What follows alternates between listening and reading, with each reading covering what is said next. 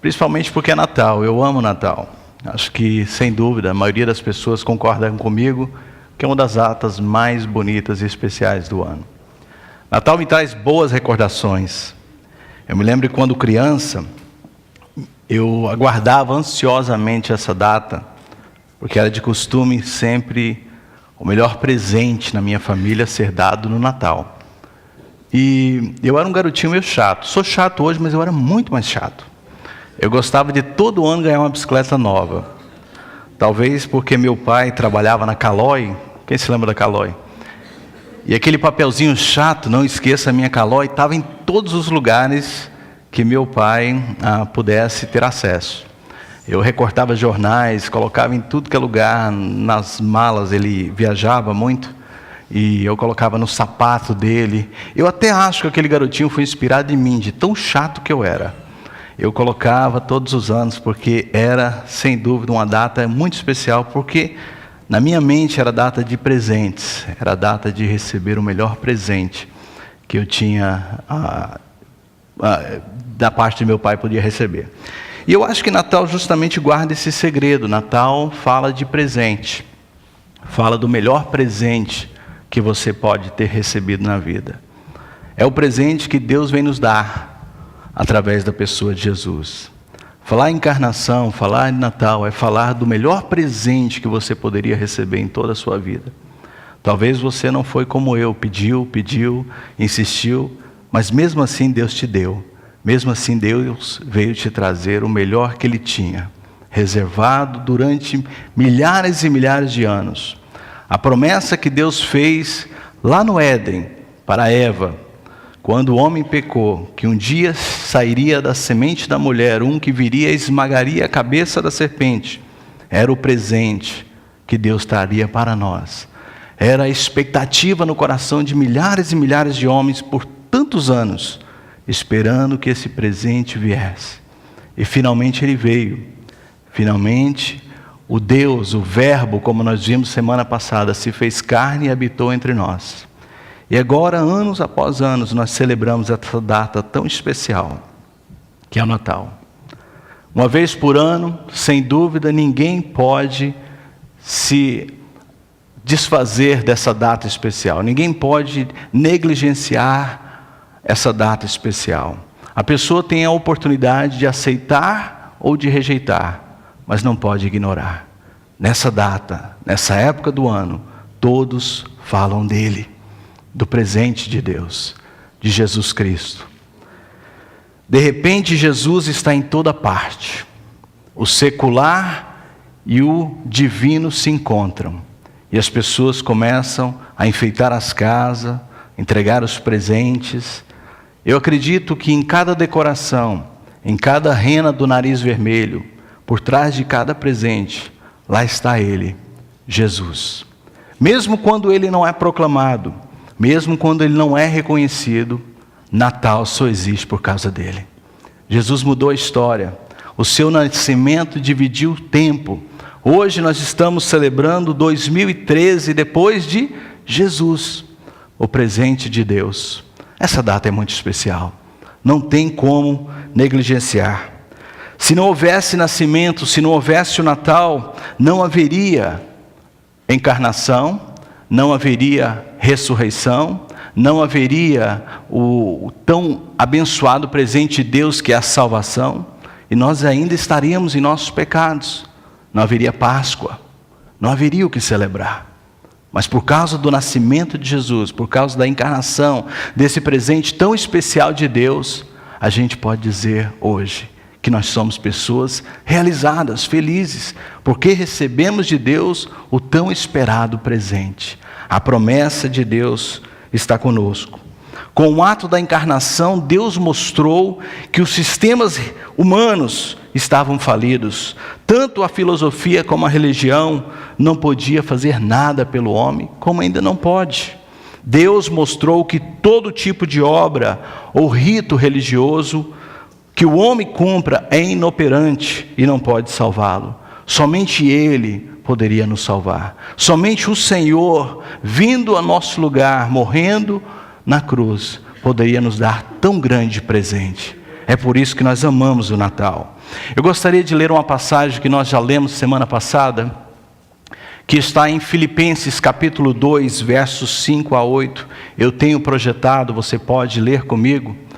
De sorte que haja em vós o mesmo sentimento que houve também em Jesus Cristo, que sendo em forma de Deus, não teve por usurpação ser igual a Deus, mas esvaziou-se a si mesmo, tomando a forma de servo, fazendo semelhante aos homens. E achando na forma de homem, humilhou-se a si mesmo, sendo obediente até a morte de cruz.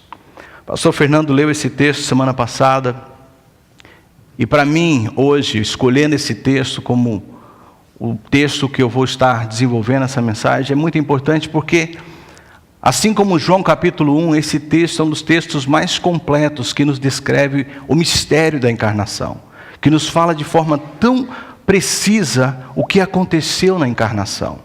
A gente fala, Jesus veio ao mundo, morreu em nosso lugar, e a gente se alegra com isso, mas o que envolveu esse processo é algo muito profundo, é algo muito poderoso. E Paulo, dirigido pelo Espírito Santo nesse capítulo, embora o objetivo de Paulo aqui é falar da atitude de humilhação, da atitude que ele esperava entre os irmãos, de um ceder para o outro, assim como Jesus se humilhou e se colocou na posição de servo. Mas o que está dentro dessa passagem é algo muito profundo. O esvaziar-se de ser Deus para tomar a forma de homem é algo muito lindo, é algo muito poderoso. E é isso que a encarnação traz para nós. Esse processo de humilhação que o Deus Todo-Poderoso passou, por amor, para nos entregar um presente pessoalmente. Hoje eu quero estar lendo esse texto, de forma bem simples, mas trazendo para nós o mistério da encarnação. O que isso envolve, o que esse texto traz para nós de forma tão clara. Eu creio que o nascimento de Jesus foi algo sobrenatural. Não tem como falar do nascimento de Jesus sem falar da forma que ele veio ao mundo. Mateus coloca dessa forma, capítulo 1, verso 18. Ora, o nascimento de Jesus foi assim, que estando Maria, sua mãe desposada com José, antes de se ajuntarem, achou-se ter concebido do Espírito Santo. Se você me assiste, se você está presente, você já deve ter ouvido falar. O nascimento de Jesus é algo sobrenatural. Não tem como explicar o nascimento de Jesus sem que você entenda o poder de Deus, sem que você entenda a operação de Deus. Jesus não foi concebido de uma forma natural como a maioria dos homens foram concebidos. Jesus é um ato de Deus. A encarnação fala disso. O Deus Todo-Poderoso agora vindo intervém de uma forma sobrenatural para que viesse agora o Salvador. Por que era tão importante o nascimento de Jesus dessa forma? Por que era tão importante que ele não tivesse sido concebido da forma natural? Poderia Deus fazer, como fez em outras ocasiões, coisas tremendas, simplesmente dando ao mundo um homem normal? Não podia, porque a Bíblia descreve claramente que o nascimento de um homem natural, ele herda o pecado. Romanos, Paulo coloca dessa forma, capítulo 5, verso 12, eu não tenho projetado. Portanto, como por um homem entrou o pecado no mundo, e pelo pecado a morte, assim também, preste atenção, a morte passou a todos os homens, por isso todos pecaram. Quando Jesus veio ao mundo de forma sobrenatural, essa encarnação de Deus se fazendo homem, sem que houvesse o processo natural, Deus estava dizendo, eu estou aniquilando, eu estou rompendo esse processo de transição, de transmissão do pecado. Jesus agora era um homem, na condição que era o primeiro homem, Adão, sem pecado, da forma que Deus fez primeiro, um homem sem a concepção do pecado. Um homem puro. Somente esse homem teria condições de obedecer a Deus da forma que o primeiro Adão tinha que obedecer. Somente esse homem poderia trazer a restauração que a humanidade precisava. Porque, como diz esse texto, assim como por causa de um homem todos pecaram, pela obediência agora de um homem, todos se farão justos perante Deus. O Natal, a encarnação fala disso, é o início do plano de Deus, é o início da restauração, é o início da Páscoa, é o início da promessa do Senhor. Nós não teríamos nenhuma forma de celebração, não teríamos motivos para cantar se não houvesse o nascimento de Jesus, se não houvesse essa data tão especial. É por isso que uma vez por ano o mundo para e diz: é Natal, vamos celebrar. Eu quero hoje usar esse texto e discutir um pouquinho como é importante e o que nos lembra a encarnação de Jesus. Por que nós precisamos de parar nessa época do ano e não só trocar presentes, não só comemorar, mas simplesmente também entender o processo pelo qual nós encontramos em Deus tanta alegria, tanta harmonia. O Deus Emanuel, o Deus que se fez carne e habitou no nosso meio. Isso é algo sobrenatural. Eu creio que Jesus se fez exatamente como nós em tudo. A gente fala isso e a gente repete isso e parece que isso é fácil de ser compreendido, mas esse ponto foi motivo de discussão teológica por anos na igreja. Várias pessoas, mesmo depois de Jesus ter vindo, habitado no meio das pessoas, comido com eles, passado todo o processo que aparentemente são características de seres humanos, as pessoas, com o passar dos anos, começaram a discutir: será que ele era exatamente como nós?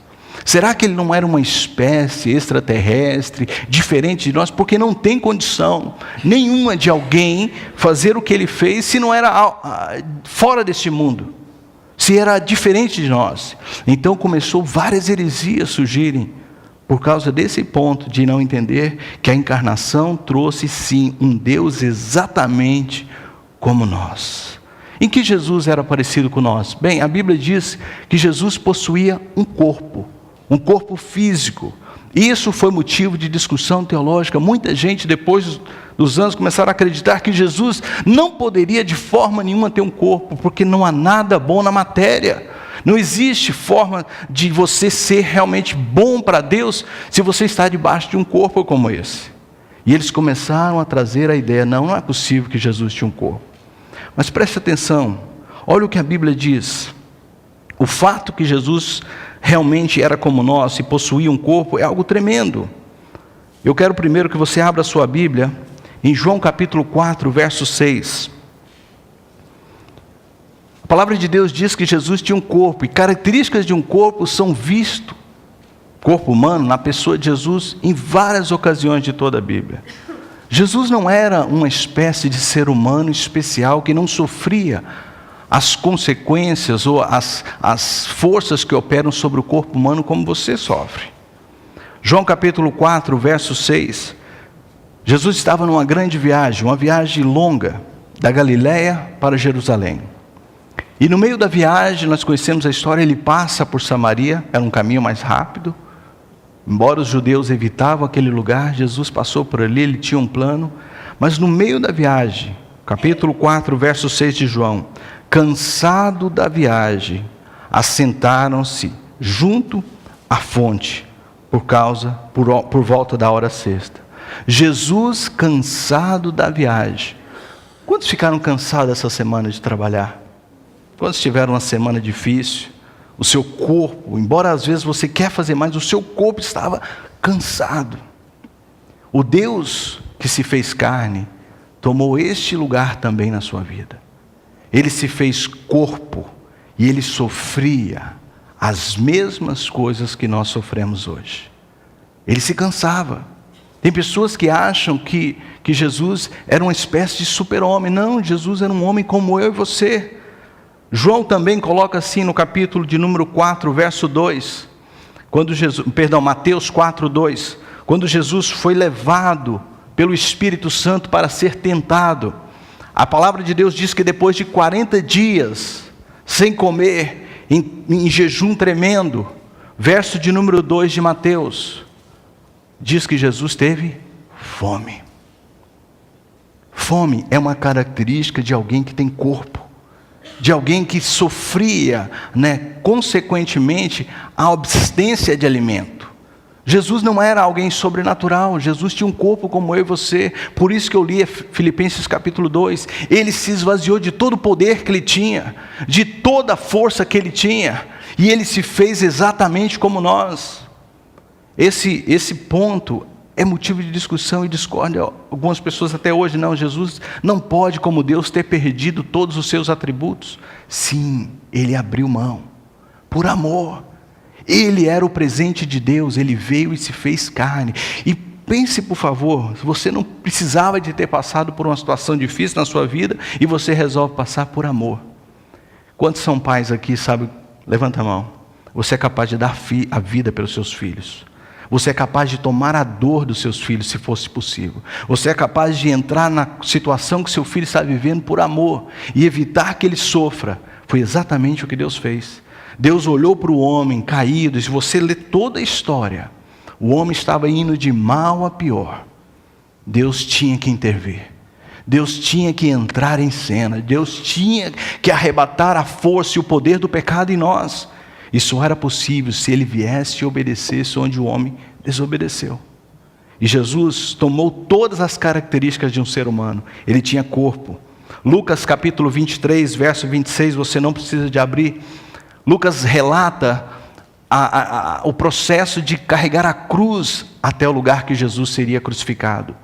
E por causa dos açoites, por causa de tanto sofrimento durante toda aquela noite, Lucas descreve que Jesus estava tão cansado que não podia mais carregar a sua cruz.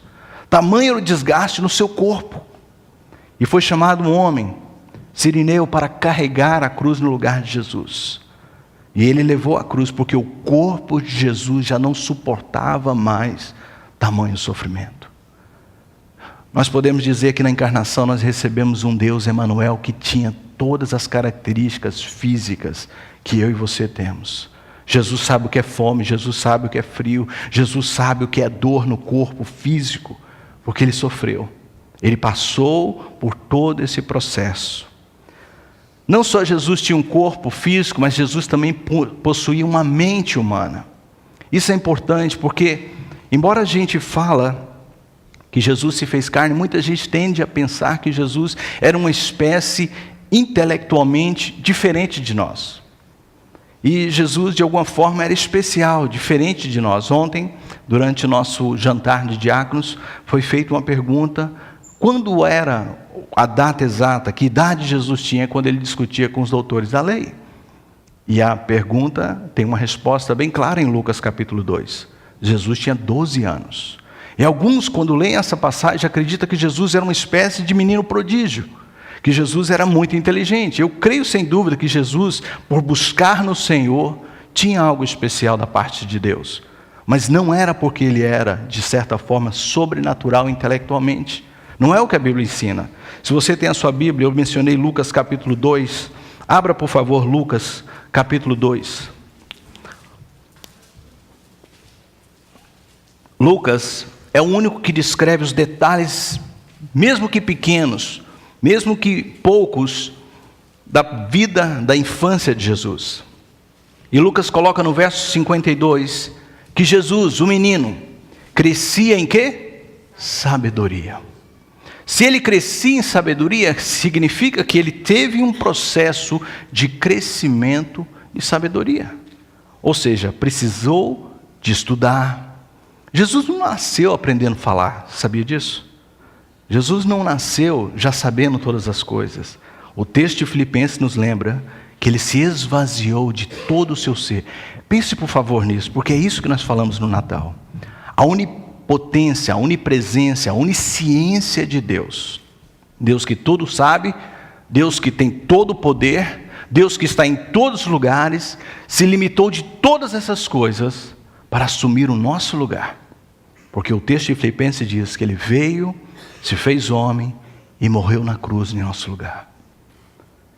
Ele sabia tudo, mas escolheu se esvaziar de toda a sabedoria para aprender. Isso é tão interessante porque, como pai, eu às vezes tento ver um pouquinho desse processo. Deus sabe tudo, assim como nós, muitas vezes, pais, sabemos mais do que os nossos filhos.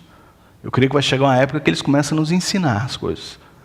Mas eu estava hoje na sala de oração e minha filha escrevia no quadro, pastor, sem fazer bagunça, eu estava vigiando, no quadro lá, e ela falava assim: papai, eu vou escrever seu nome. E ela escrevia meu nome, escreveu o nome da mãe, escreveu o nome de Jesus.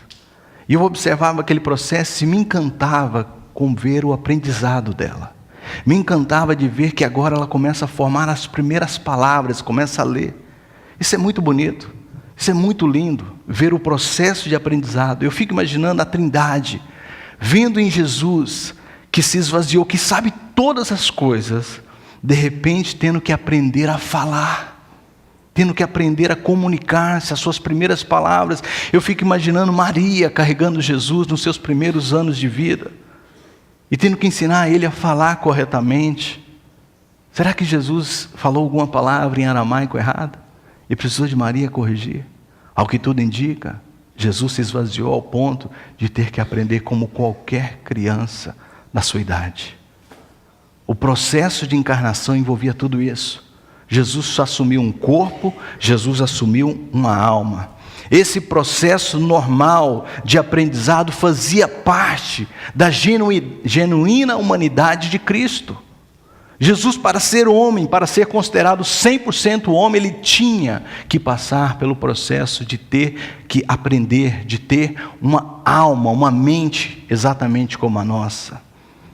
Como nós lemos hoje, ele se esvaziou e se fez como um de nós. Jesus possuía um corpo, Jesus possuía uma alma e Jesus possuía emoções humanas.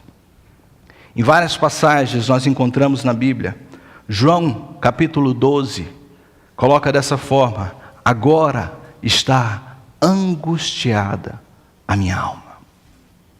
Jesus, como um ser humano, como eu e você, passava por momentos de angústia, passava por momentos de emoções de alegria e de tristeza.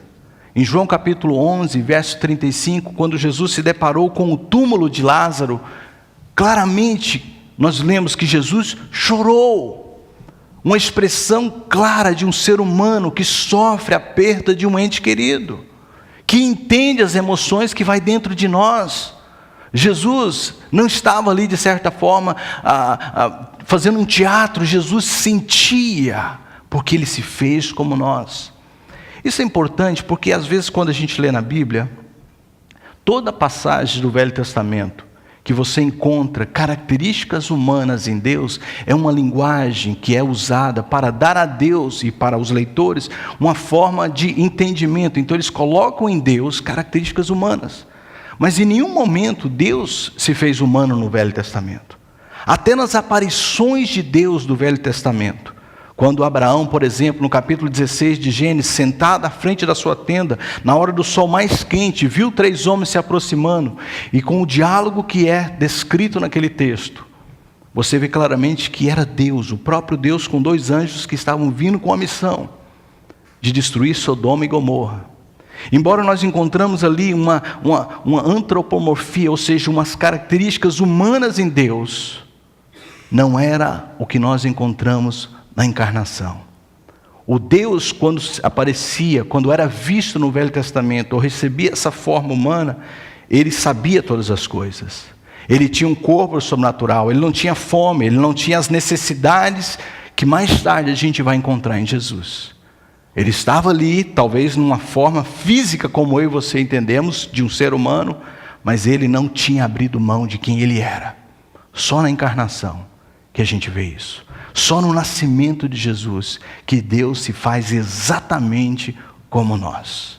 Deus tomou todas as características de um ser humano, tanto do corpo, como das emoções, como da mente, tudo que você pensar. Eu usei a palavra emoções, porque em várias passagens na Bíblia você vai entender que para o judeu que escrevia, tanto alma como espírito, era o centro das emoções. Eu estava dando uma aula esses dias sobre a forma ou a essência do ser humano, corpo, alma e espírito. Mas em várias passagens você vai ficar em dúvida se exatamente o homem é corpo, alma e espírito, ou corpo, alma e espírito, como uma só coisa. Isso não é assunto para me discutir hoje, mas nós temos que entender que o centro das emoções na mente judaica era tanto visto no espírito, como era visto na alma. E eu provo isso. João capítulo 13, verso 21, eu li há pouco 12, 27, que Jesus diz: a minha alma está angustiada. a minha alma, a palavra em grego, né, pseuma, o centro, o ar, ou seja, a minha vida, também é muitas vezes traduzida assim. Em João 13, 21, depois de Jesus dizer algumas coisas, ele dita essas coisas, angustiou-se Jesus em quê? Espírito. Espírito. Outra palavra usada pelo autor, porque na mente deles, tanto o espírito como a alma, era o centro das emoções. Mas o que eu quero mostrar para você é o seguinte, não é se você crê, corpo, alma, espírito, é que Jesus, nas emoções, seja ela no centro dela, no espírito, na alma, era exatamente como nós. Era exatamente como eu e você. Jesus sentia as emoções que eu e você sente. É por isso que a palavra de Deus diz, né, em Hebreus, que em tudo Ele se fez como nós, em tudo Ele nos conhece, e por isso Ele pode se compadecer. Quando você está triste, Jesus sabe o que é tristeza. Quando você está alegre, Jesus sabe o que é alegria. A gente tem vários relatos na Bíblia, onde a gente vê Jesus triste com as pessoas. João capítulo 6, Jesus vê aquela multidão seguindo a Ele, Jesus faz grandes milagres, Jesus faz um discurso duro para eles naquele momento. Eu sei que vocês estão atrás de mim por causa dos milagres que eu tenho realizado. Mas sabe de uma coisa? Não é de pão que vocês precisam. Vocês precisam do pão vivo que desce do céu. Eu sou o pão vivo. Eu sou aquele que pode dar a vocês o alimento que vocês precisam para a eternidade. E naquele momento, diz o texto, que vários dos discípulos, vários dos que acompanhavam Jesus, deixaram Ele. E claramente no verso 61, Jesus diz para os seus discípulos mais próximos, vocês também não querem ir? Vocês também não querem me deixar?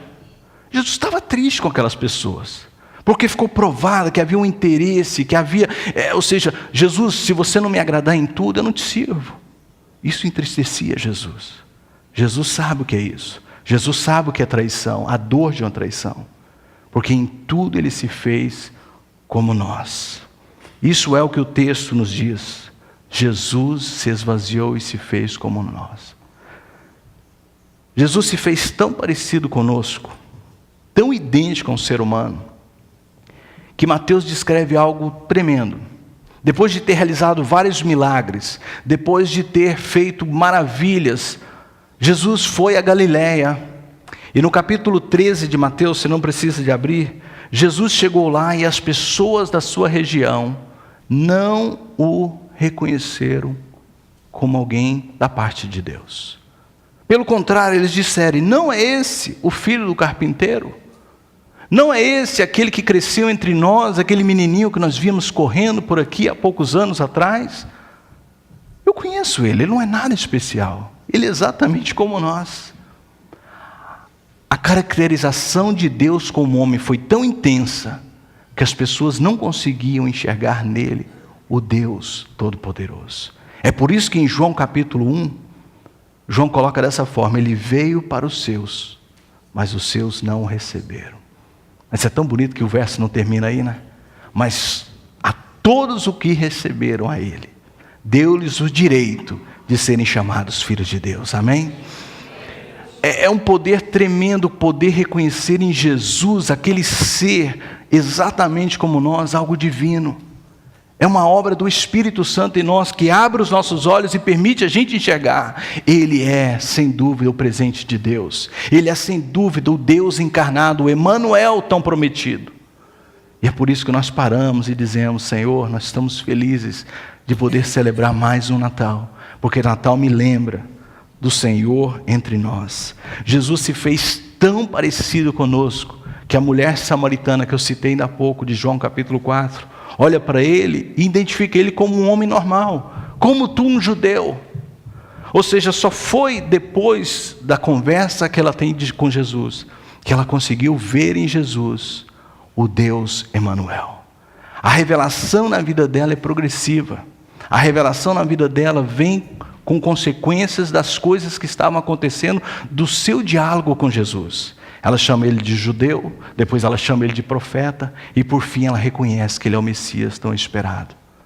Você sabia que hoje, mesmo nesses dias, há pessoas como essa mulher samaritana, que Jesus não passa de um ser comum. de uma pessoa especial que veio no mundo, talvez dotada de alguma capacitação por ler demais, é bondoso, por fazer caridade, mas não passa de um judeu. Talvez outros chegaram à instância de entender, não, ele tem falado coisas que se cumpriram. Sem dúvida ele era um profeta. Mas são poucos que reconhecem nessa data e nessa época do ano, que ele não era simplesmente um homem comum, que ele não era um profeta, ele era o Deus Emanuel conosco, ele era o Senhor entre nós. Jesus se fez exatamente como nós, assumiu o nosso lugar. Eu concluo essa mensagem trazendo a seguinte observação. Quando eu preparava essa mensagem, algo me veio no meu coração muito forte. Gênesis capítulo 1, verso 26, você não precisa de abrir, você conhece essa passagem. Quando Deus decide fazer o homem, Deus diz, façamos o homem conforme a nossa imagem, conforme a nossa semelhança. O homem é criado à imagem e semelhança de Deus. Capítulo 3 a gente conhece, vem a queda. A imagem de Deus no homem é manchada. A imagem de Deus no homem é distorcida. E mesmo carregando parte da imagem de Deus, o homem não mais representava o seu Criador. O homem não tinha mais todas as características de Deus nele. O homem passa a ser um ser ruim, mau, vingativo. O homem passa a ser um ser egoísta. E essas características não vinham do Criador. É como se você tem um filho e você ensina a seu filho toda a forma de conduzir a sua vida. E de repente o seu filho começa a manchar a imagem sua, da sua família. E você se entristece. E você fica pensando, como pode? Não foi o que eu passei para ele. Não foi o que eu ensinei para ela. A imagem de Deus estava distorcida no homem. E era preciso que o homem tivesse uma nova referência, que o homem enxergasse uma nova forma de se ver. E eu vejo na encarnação o oposto que foi dito em Gênesis capítulo 1. Lá Deus fez o homem conforme a sua imagem e a sua semelhança. Em Filipenses, Deus se faz a imagem e semelhança do homem. Isso é muito poderoso. Deus falou, a única forma de mudar isso, a única forma de reverter isso, é voltar e ter a forma, pegar a forma que está estragada e mostrar como é a correta. Isso é tão poderoso que em Efésios capítulo 4, todos os dons dados à igreja, com tudo que Deus fez e realizou, o objetivo de Deus é fazer com que cada um de nós cheguemos à imagem de varão perfeito, a saber, a imagem de Jesus. O plano de Deus não era simplesmente nos salvar, o plano de Deus não era simplesmente nos levar no céu, o plano de Deus e isso é a mensagem do Natal, transformar a nossa imagem como a imagem do seu Filho amado. Ele veio nos mostrar o que é a imagem de um filho de Deus. É por isso que em Romanos 8,14 está escrito, aqueles que são filhos de Deus andam e são guiados pelo Espírito de Deus. Jesus, embora um homem normal, ele era totalmente guiado pelo Espírito de Deus. Jesus, onde quer que ele ia, o que quer que seja que ele fazia, era pela orientação do Espírito de Deus. Como filhos de Deus, é o nosso dever buscar ser guiado pelo Espírito de Deus, como Jesus era. Na encarnação a gente tem o reverso. Deus vem e corrige a mancha da sua criação. Ele veio como o segundo Adão, como está em 1 Coríntios capítulo 15, versos 45, para que nos deixasse a imagem celestial, imagem essa que tínhamos quando Deus havia formado o homem à sua imagem. Por causa do Natal, nós podemos dizer que nós agora conseguimos ter uma referência nova, de alguém como Deus exatamente planejou que a gente fosse. Como Deus exatamente planejou que eu e você fosse. Irmãos, pense nisso. Tudo que é imagem que às vezes a gente deseja para a gente nesse mundo, não é o que Deus tem para você. Jesus é a referência. Jesus é o plano de Deus para a sua vida. Ele veio e te mostrou, isso é como eu os criei. Essa é a imagem que eu quero que vocês tenham. Porque tendo a imagem correta de quem Jesus é, você tem uma imagem de quem Deus é. Porque Deus fez o homem à sua imagem, conforme a sua semelhança. A imagem distorcida do homem não representa Deus. A imagem distorcida do homem não glorifica a Deus. Somente aquela que encontramos em Jesus. Somente aquela que a gente vê no seu semblante, nas suas características. A encarnação de Cristo é o maior evento da história. O dia em que o divino se uniu ao humano com o propósito de salvar. João Calvino escreveu uma frase tremenda. E eu quero concluir com ela. Jesus tomou o que era seu em nosso lugar, para que o que era dele nos pertencesse. Ele tomou as características nossas, ruins, e levou na cruz. Jesus tomou toda a culpa que era nossa e levou na cruz, para que o que era dele, ou seja, a imagem de Deus perfeita, a imagem do Filho amado, a imagem do Filho que Deus se alegra, estivesse em nós. Quando Deus olha para mim e para você, Ele não vê a nossa imagem distorcida mais. Porque como por um homem todos pecados estavam condenados, por causa de um homem, a obediência desse homem, todos estão justificados. Natal lembra disso, lembra de salvação. Natal é o início da salvação, é o plano da redenção de Deus, colocando já todas as coisas em ordem. É por isso que eu amo Natal. Natal me lembra desse presente tão especial. E como eu poderia terminar essa mensagem? Como assim, como uma pessoa recebe um bom presente, ela diz, muito obrigado. Assim como criança, eu olhava para o meu pai e dizia, muito obrigado por ter me dado o que eu tanto queria. Eu acho que a melhor forma da gente terminar essa mensagem e entrar nessa data tão especial que é Natal, é louvando a Deus e agradecendo a Ele. Por tão grande presente, por tão grande obra essa é realizada.